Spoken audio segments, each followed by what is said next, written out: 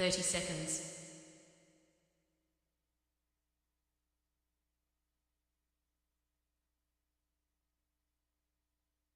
20 seconds.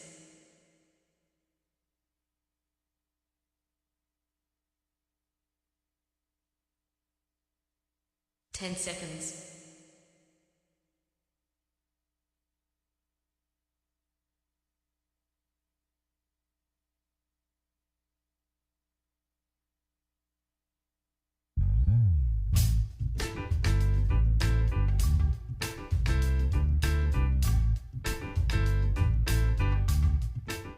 My name's McCauley. I'm Nyesha McCauley, and you're watching AccessTV.org.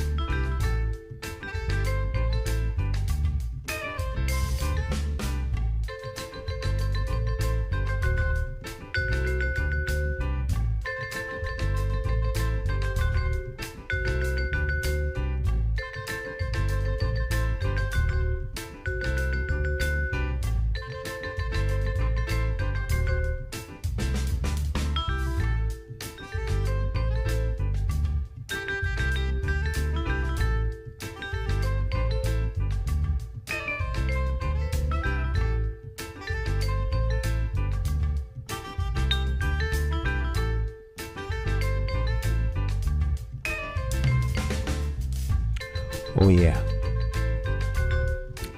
It's time to get our talk on, my friends. We got a little Jay Hogarth in the background. My favorite vibraphonist.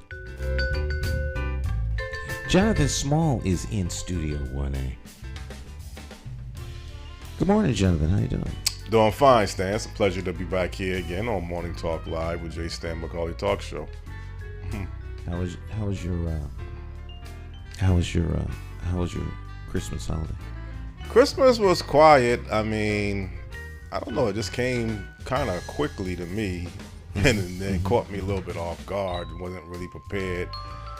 You know, I couldn't get caught up into heavy Christmas shopping and things on that level. So I just said, let me just figure out, what to do, and if I have to buy a present for someone, I'll buy someone.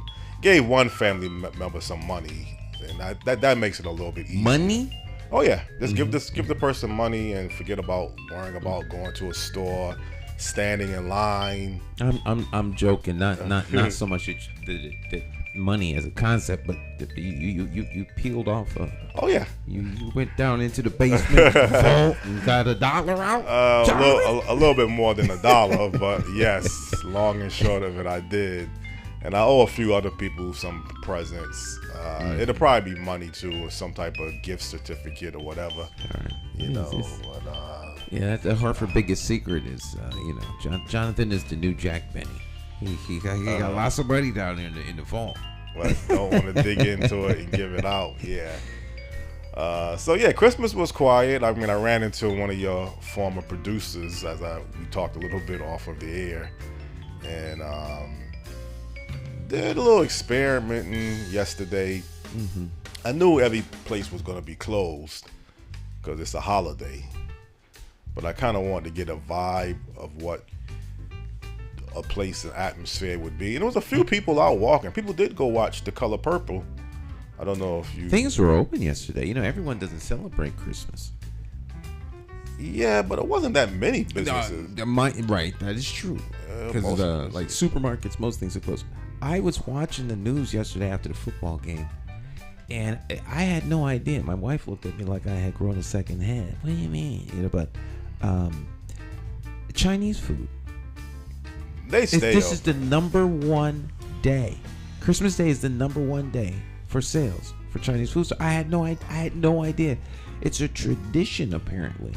They were interviewing people. One guy had been doing this for 50 years. Mm-hmm. So places were open, and they were interviewing people inside. Single people that aren't Christian. Yes. And so, you know. Well, Chinese restaurants, they always stay open on major holidays. They just don't, for whatever reason, they just don't close on major holidays. They make money. They make money. That's the major reason. Right. Cash flow. Yeah. I mean, I didn't know if I paid attention to any Chinese restaurants, but if you have to find one restaurant that's open on the major holiday, the Chinese restaurant would be your best option. New Year's might be a little bit different. People are out celebrating it. Although New Year's, businesses might be closed for that day too. But you're more likely probably on that day than Christmas or Thanksgiving. But again, I mean, you know, you're getting ready for the end of the year, for the New Year? Yeah, you know, to me, like one day is the same as the next day. And so, you know, live in the moment. The past is forever gone. All you can do is talk about it. It'll never come. You cannot relive the past. So I don't live in it. And tomorrow is not promised. And no matter what we plan, we have no real control over it. We can be kind of prepared. So I just live in the moment right now. So to me, next year is just another opportunity to do better than I did today. So you're not planning no events, like, you know, an event of people to get together, go a particular place. You're not doing anything on that. We're not big holiday people. We're not big holiday people. It's just another day. Right. Yeah. I understand that, you know, to each his own. You know, Times Square would be nice, but people say that's a hectic place. You don't want to go to Times Square. You couldn't give me free tickets. You couldn't give me transportation, lodging in the best hotel, and anything else to be in Times Square on New Year's Eve.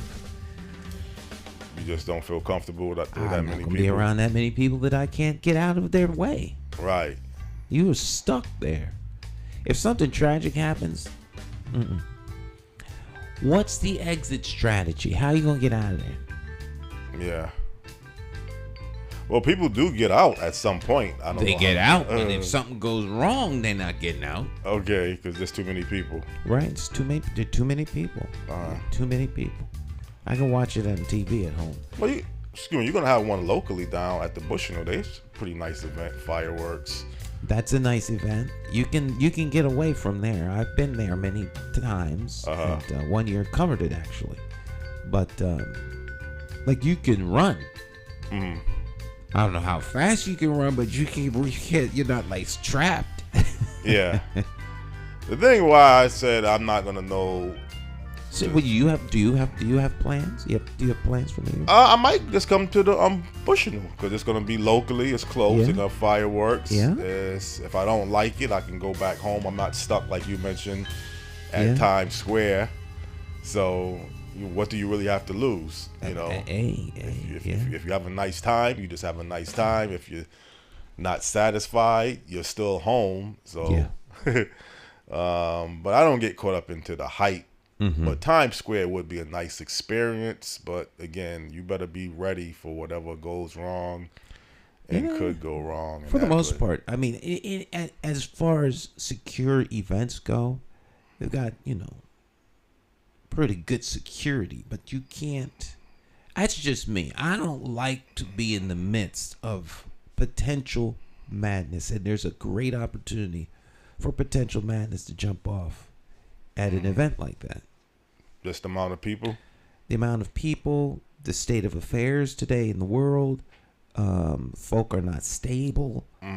And, you know, I don't want to be anybody's example of their instability. Yeah, so.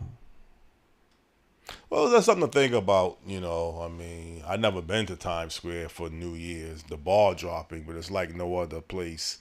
I mean, the days of Dick Clark, with his live event leading up to it. But most people I talk to just feel they don't want to go down there. Just the traffic and everything, and the atmosphere. They're just not into it. I mean, you could watch it on television and almost get the same feeling. Right. I would rather be with family on New Year's Eve. You know, traditionally it's just me and Nyesha. Right.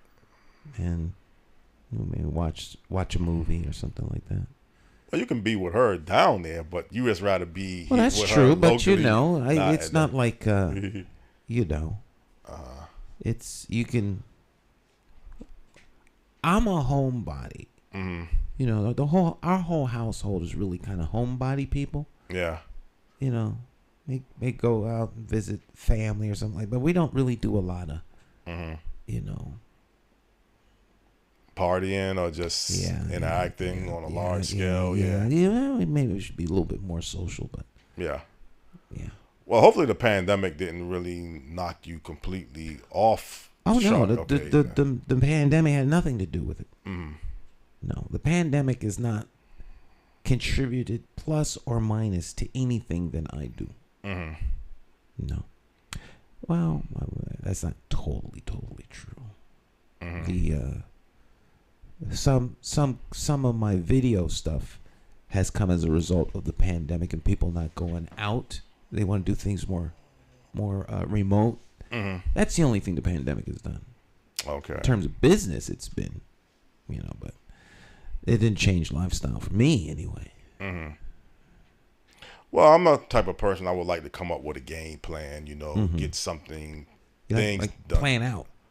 Plan out, but I mean a game plan on your life and just have a better year. Mm-hmm. I know people always say resolutions and all of that, and most people don't even stick with their resolutions.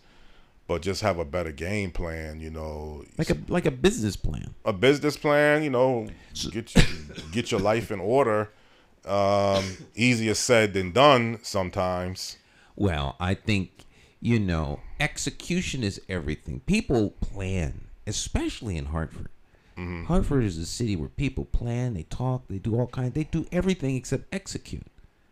Yeah. So I think what people need is not a plan. They need to execute. They need to execute. Yeah, but see, sometimes, things you have the intention on executing something, and every team is not going to win the game. You can only put the effort out there. So most time, if you're doing the right thing, some good would come out of what you're doing. If you got a problem with the city as a whole, it might be a little bit out of your control. Well, you say every team's not going to win the game, but we're not talking about a team. We're talking about oneself. Right. An individual. So if people see, to me, if someone says, well, we got to make a resolution for the new year, we got to have a plan for the new year, but then as you start talking about execution, then inevitably individuals start saying, well, you don't have control. Well, then why, now they're already, before they even start, they're already coming up with a exit strategy to not succeed. But again, I think it depends on how you aim for what you're looking to do. If you're going to look at the city and say, well, zero crime for 2024, you can aim for that. And the only thing you can realistically do is look at your own self and say, well, I'm not going to do this or I'm not going to do that. But, some factors or homicides or whatever, is out of your control. The city as a whole can say, okay, we want zero reductions on crime, but is that durable? Well, I think to me those are two different things. One's New Year's resolution has to be things within one's sphere of control. Mm-hmm. To take a resolution and make it zero crime for the city, that's not a resolution anybody can make. Right. You have no control over that. You have no control. Now, you have control over whether or not you're going to be a criminal this year. Right. I will not contribute to crime. That's something everyone can do. Mm-hmm. But I can't say that I'm going to make sure that somebody that I don't know doesn't contribute to crime. That we're going to have zero crime this year. That, to me, but if so someone's going to lose weight. They're going to stop smoking. They're going to attend church more. They're going to go to mosque more. They're going to increase their annual salary by $10,000. They want to move up in their job. These are things to me that people resolve to do. Then how do you go about doing it? Well, if you want to make $10,000 more a year, how can you make $10,000? You get a new job, get a raise. In order to get a raise, you got to go to school. I mean, these are things that people can plan to do. Yeah. If you make the plan, now how do we get to it, and what does it take to get there? So now, once you lay all that plan out, you have to execute. And my observation has been, people don't execute. They just don't execute. Then they at the end of the year, they look back and say all the things that they didn't do. Right. Well, again, I don't want to make excuses. Sometimes legitimately things can happen. I mean, you made some good observations. If you want to get yourself in better shape, I many times say I'm going to exercise more, and I don't stick with it. Those are areas that you can have control of, like Absolutely. you say. But again, I mean, whatever you want, you don't always need to wait to a new year. It just sometimes psychologically people like to get off to a fresh start, and they figure what better way to come up with a goal is towards the beginning of a new year. But you don't have to realistically wait until every new year to say, I want to do this or I want to do that. But again, I mean, whatever you prioritize, and sometimes, things towards the end of the year, you just, for whatever reason, you just want to get rid of the issues and start off fresh. I mean, that's a common sense approach. You ran a tough election. You put a lot of time in this past year election. Mm-hmm. It's over with. It was over in November. So you had a couple months already to kind of really get back. And, I don't know. Are you through with politics? Are you looking for any goals in the political world for Hartford, for yourself? I didn't start the year off with political goals. Several people wanted me to run. They talked me into running. I ran. We didn't win. Mm-hmm. Let me move on. It's sort of like, you plan to eat a turkey dinner last night and the turkey burned. So now what are you going to do? Mm-hmm. We'll have ham. I mean, it's not that big a deal unless one makes it a big deal. All right. Events come and go. If one lingers and hangs on to things, then one just laments in that. Mm. People have to move on. Yeah. Ultimately, everyone has to move on. Now, it may take some people a year and a half to get their head together so that they can move on. Others, the event is over and they can move on immediately. Right. So it depends on the headspace of the individual. To me, if you're going to do something, you want to start afresh. Well, you can start afresh every morning. I mean, you don't have to wait to the end of the year to start afresh. Yeah. Well, next year I'm going to do. Why next year? Let's do it now. Right now. Well, there's a couple of there it is. Procrastinating until tomorrow to do what needs to be done right now is a clear sign that one is probably not going to get it done. Mm-hmm. Yeah. Well, again, whatever you're looking to accomplish, I mean, that's still going to be up to you. What you're looking to do, what you're looking to do. I mean, for me, politics, I'm not driven by politics like you are. I'm not driven by politics. Oh, you're not? Absolutely not. But I am a citizen. A citizen, right. I'm a constituent. Okay. As a constituent, the government works for me. And so I look at myself more as a member of a board or an owner of a company who has an expectation that his employees and staff are going to do their job. And when I don't see that happening, then I talk about that. To me, that's not being politically involved. Oh. Government has a very specific job. Many in government use their positions to advance their own agendas. And I guess that's all fair and all good, as long as they do the other stuff. Mm-hmm. So I'm not, politics does not rule my day. Oh. At all. At all. At all. I'm just going by the fact that you ran for mayor several different times. I think everyone should run for public office just like everyone should serve on a jury. Mm-hmm. Serving on a jury doesn't mean you're caught up in the judicial system. You have a responsibility. Yeah, see, I don't know if I agree with that. You saying everybody should run for public office? I think it is a great thing for everyone to run for public. They should go out, get signatures. They should run to serve as on a commission or a board. Like in some countries, you have to serve in the military. Yeah. It's mandatory, whether you want to or not. Yeah. Here we have volunteers, so people can volunteer not to serve. So I think everyone should be more involved politically because it's their government. I think it's a difference between being involved and running for office, though. I think you can be involved. Just because you run don't mean you're gonna win, Jonathan. Yeah, but if you're gonna run, you need to be serious minded. If you're gonna run because you have to run, like a law that says everybody or some guilt trip. But I think if you really no, we're not talking guilt trip.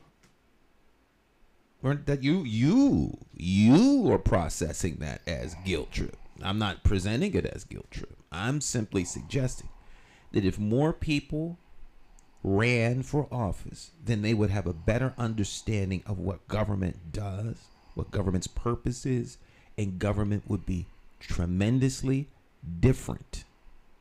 Well, I think everybody should be civically engaged. Now, I don't know if that's still that's not the exact same thing that you're talking about. You can't be more engaged civically than to run for public office.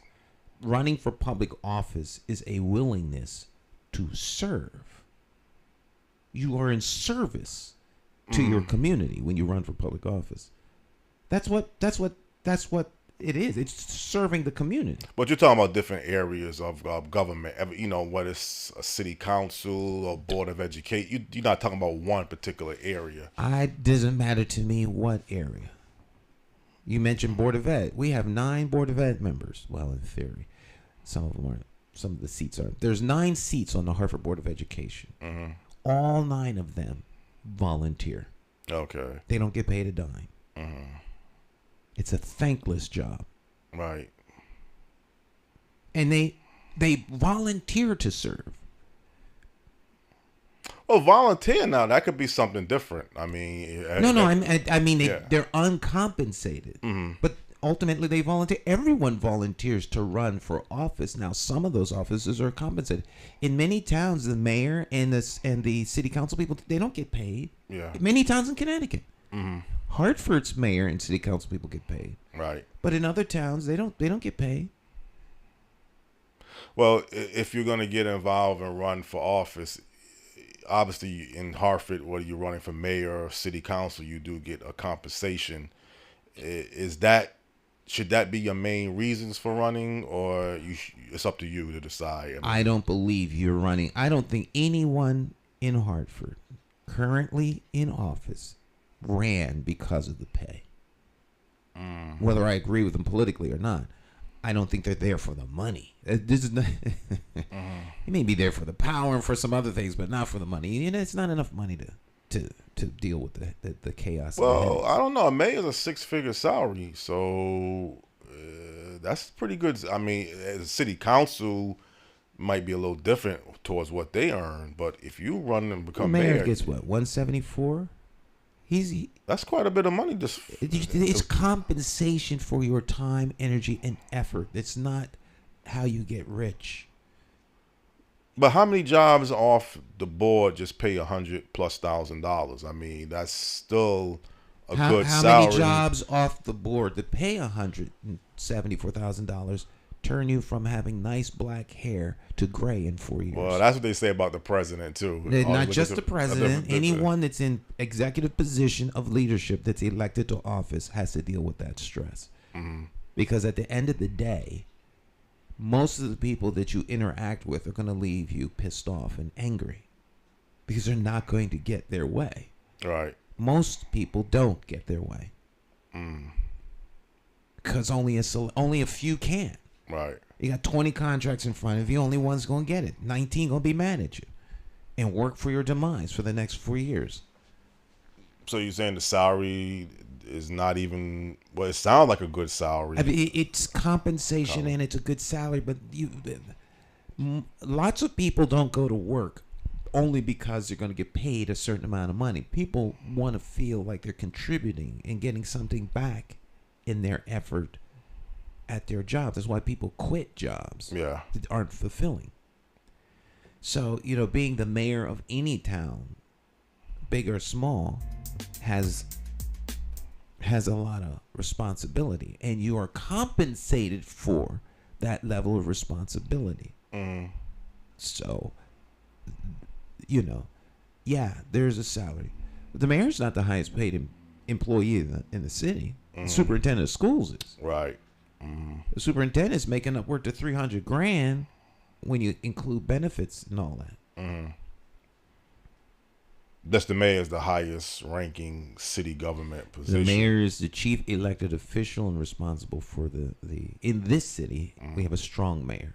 Right. So it differs depending upon the town. But the point in what you made, the statement you made even last week about, well, you're not the mayor, so there's certain things you have to be in a position to authorize that you just can't do. So when I'm throwing different reality checks at you about, well, I don't consider them reality checks. Okay. I consider them things that Jonathan thinks may be reality checks. Right. But go on. Well, again, the mayor, we was talking last week about homelessness in the city and what could be done, and I remember you saying, well, I'm not the mayor, so you didn't come right out and saying people deserve what they got, but you just said there are serious consequences in elections. There are serious consequences to elections, Jonathan. The mayor is but one element of city government. The mayor's job is to, in a nutshell, he's the chief executive.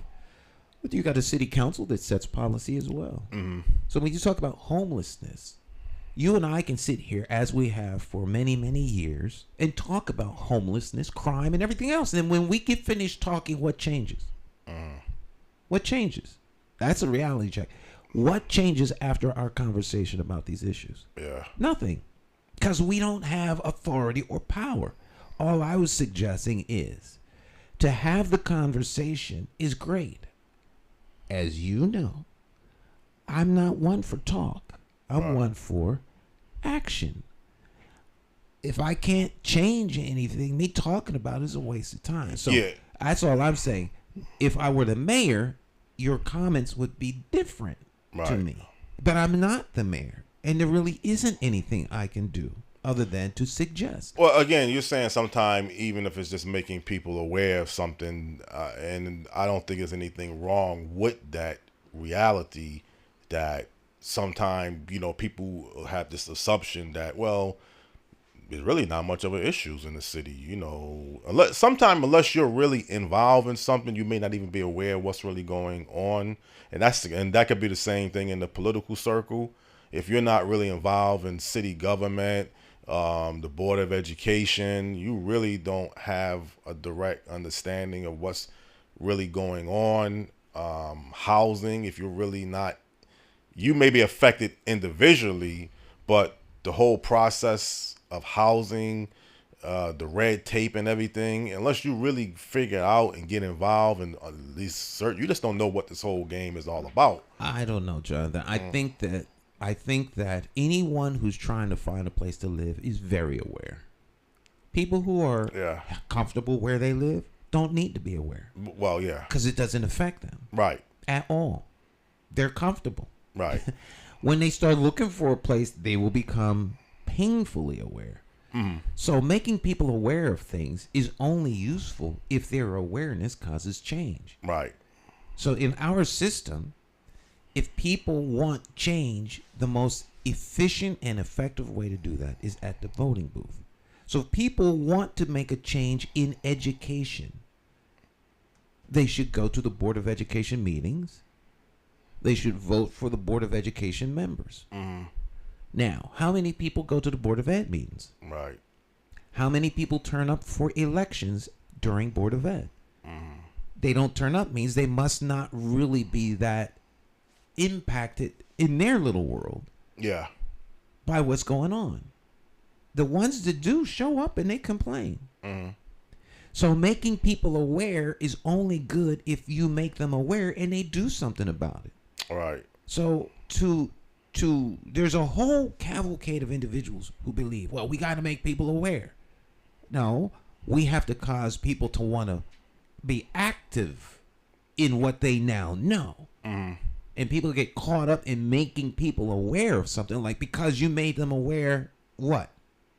something gonna change? So if something happens, and unless you're gonna take action on a particular issue, it really doesn't matter if you're aware or not aware. If somebody got killed in Hartford this past week, it really doesn't matter to the general person whether you know about it or don't know about it, because for them to know about it as someone was killed in front of a Russian lady. I had a friend of mine lives in Greenwich, sent me a news message from Channel 3 about someone being killed in front of the Russian. It came 2 days after it happened. I already knew about it the day it happened. Yeah. He's making me aware. But I am aware. Now, if we make all the people that aren't aware, what would you expect them to do? Well, first of all, I think the person that was killed was on Franklin. I think the person right in front of the Russian lady was critically wounded, but that person didn't die. Somebody died a day or so after on Franklin Avenue, unless something happened since then. So I don't know how the information. News I heard was someone was killed in front of a Russian lady. Yeah, I thought that it was Franklin Avenue, because I heard about the Russian lady incident, and I thought that person was critically wounded or shot. Shot, yes, but I thought that person didn't die. I thought the person on Franklin Avenue was the one. You get shot. Maybe they didn't die, but they were shot. Right. Their lives have been impacted from now to the end of time. Mm. I'll check up and see whether they were killed or whether they were shot. I think it's the one on Franklin Avenue that ended up dying. But the point, though, is what would you expect the general public to do now that they know this, Jonathan? Yeah. I mean, why are you telling them? Are you telling them so that they will make a change, or you just tell them to be so you know? If you're making people aware of stuff that causes no change, at the end of the day, it becomes gossip. Right. Because there's no action that Right. comes from it. It's just people talking about stuff. Yeah. Or if you realize you're in a high crime city, that still doesn't really matter. Well, what do you expect them to do? Not come into Hartford? Because they're in a high crime. Realizing they're in a high crime area, what does that do? I'm after what does it do to know this? Right. Unless you're thinking about going to a particular, and again, that's not always a good way to just provide criminal information to people. Most people realize the good areas and the bad areas of a particular city. No. You don't? No. If I don't know where the bad areas, I don't know where the bad areas of Litchfield are. I'm sure they're there. Right. But when I go to Litchfield, I'm not looking to see where the bad area. I'm going there for a purpose. Mm-hmm. And then I'm gonna leave. Yeah. I'm not gonna not go there because someone said that area is a bad area. Mm. Now, if I go to Litchfield and they burning crosses, Yeah. I must stay away from that part of town. Right. Because I could get hurt.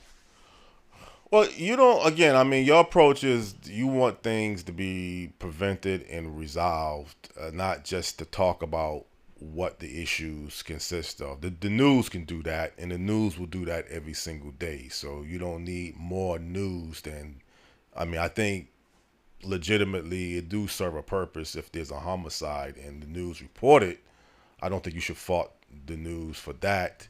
Now, if we're going to get to say crime, another homicide, this is the reality, I don't know. It's like, it's really you at a crossroads. I mean, I don't know if you don't let people know, is it going to make a difference if you do let people know? So and that might be the bigger problem even when you get into the voting process. People just felt like, if I vote, what's really going to change? If I don't vote, nothing is really going to change. I mean, it's the mentality that some people have. And I think there's some bad factors that has contributed to people coming to this demise. If are things bad in Hartford? There are problems in the city of Hartford. Yes, there are. There are problems. Are the problems big enough to prevent people from moving into the city? Some people will choose that they will not move into the city because of the past. Downtown Hartford and the new building that they're going to build on North Main Street would say that you are incorrect, because people are moving into Hartford.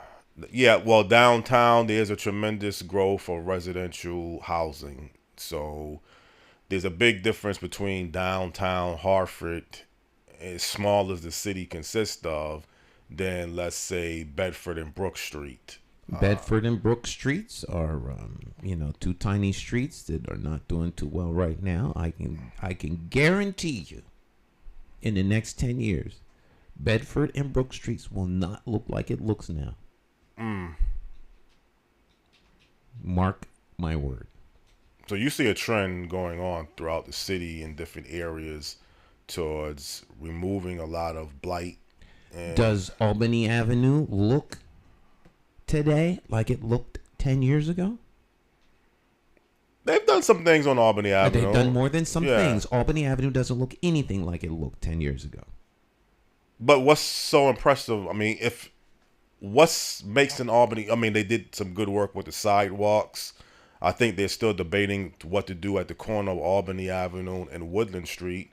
The Artist Collective Center is I don't know if that was around 10 years ago. Artist Collective was around. I believe around? It was around, yeah. Okay. Yeah, it's been for about that, yeah. The Firestone abandonment at the corner of Albany and Main still and is. See, Jonathan, the city planners and people who are doing these things are thinking 10, 20, 30 years. They're not thinking like the end of the week. Right. And it takes that long for change to come. There's change coming to the city. It's unfolding right in front of people's eyes. By the time they realize it, it'll be too late. Then they'll be complaining on how they're being relocated out of their communities. Well, I think most of the changes that I'm seeing, and I know it's more than just housing, because you don't see a large scale of economic development when you're talking about downtown. You're talking about many buildings that used to be former office space buildings or hotels that's been transformed into residential housing. They talk about, you're going to have a grocery store possibility, the new development around the baseball stadium. And it has been mentioning that 9 new businesses have opened up on Pratt Street. So I need to take a walk down Pratt Street and really circulate and see what's really going on that street. I think Pratt Street might be one of your better streets development for downtown, according to the way things are being projected. Well, Pratt Street's a very small little street. It's a retail street. Mm-hmm. It's like an outdoor mall, if you will. Right. Hartford is not as... Hartford has issues. Make no doubt about it. Mm-hmm. But all in Hartford is not doomed. It's not all going downhill. Mm. But it's in balance, and that's my biggest problem. It's in balance for some, not all. And that level of imbalance is not enough to cause those who express outrage. Well, how would you rate the balance then? Is it 60% doing well? Jonathan, you don't know. Elections have consequences, and elections also speak to broader issues.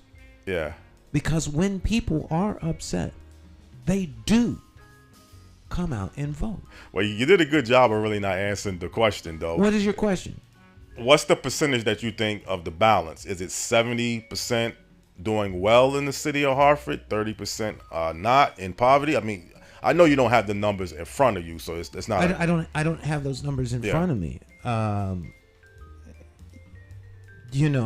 The poor in Hartford continue to be poor, and I don't see any real concerted effort to make them not poor. Right. But I see a lot of people with wealth moving into the city, mm-hmm. and they will eventually supplant the poor. Because the poor are not doing anything to change the condition that they find themselves in. The people that's coming... And the poor aren't the only people in Hartford. Yeah. Well, you just said it. A lot of wealth. I spent a lifetime and continue to do as much as I can for those that are in need. But at the end of the day, the needy aren't the only people here. Yeah. Let's get it straight. The world does not revolve around the needs of the needy. I understand that, and I don't have the numbers in front of me, but there's still an imbalance. So where does that imbalance change beyond conversation and debate about where there's an imbalance? Well, the one thing the late Reverend Ritter said is he felt the problem is people need to earn more money. And how do you go about earning more money is not always as simple as it may appear. It may say everybody should have the ability. So what are you suggesting? You talk about drug dealers? I'm just talking about people in general. There are a lot of struggling working class people in the city that. So what is your solution for this struggle? I think it would be initiative if economic development. But again, you can't rely on. So who's going to do the economic development? That's what I'm saying. You can't rely on businesses that just come into the city. Businesses don't go into business for economic development. They go into business because somebody has a vision on how they can make money. So they serve their community. Yeah. And they have customers that come in. And hopefully, as that changes and grows, communities grow. But there has to be wealth in the community to come and shop. Right. That's going to happen through gentrification. It's going to happen. So you think... But the poor aren't going to be here. They're going to be pushed out of the city. Right. And it doesn't matter where they go. I know you said that before. They're just gonna be gone. They'll be gone, Jonathan. Okay. They're gonna be gone. Yeah. But we'll see how things work out. I mean, again, I don't have the statistical data in front of me, and you saying even if I tell you there's an imbalance of 70% in the city is struggling. The imbalance means nothing. I don't need any more data on how bad stuff is. What I need are people to come up with some solutions to fix the bad. Well, economic development would be a good solution. But again, you're saying, how do you attract new businesses? How do you go about creating businesses? How do you go about spending your money and turning the dollar over more times than the dollar leaving your community in 6 hours? Those are solutions. These are problems that you're talking about. They're not solutions. You are identifying issues and problems over and over again. Spending your money in your own community is not a solution. Where are you going to spend your money at? At the local garage? At the supermarket? The bodega? Where are you going to spend your money in your community that the economy can turn over and over? But you see the predicament that people find themselves in. People are not in that predicament. They remain in that predicament because they don't choose to remove themselves from it or make change. They talk about it. No, but if I spend my money outside of the city, you're so out of time, Jonathan. Yeah. Otherwise, you're 11 o'clock. 11 o'clock. Okay, well, I appreciate you giving me the time. I hope I didn't ruffle any feathers. But you got to stand true to what you believe in, good or wrong. You can't. I can't agree with something that I don't agree with. I'm not trying to get you to agree. I'm trying to get you to come up with a solution that can be executed. And then not if we could put housing on the moon, folk wouldn't be homeless. Right. Because that ain't gonna happen. Mm-hmm.